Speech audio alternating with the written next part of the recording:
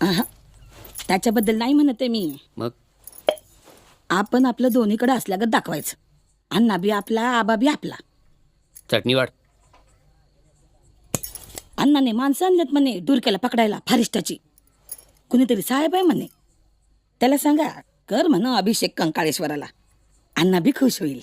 चटणी बघू.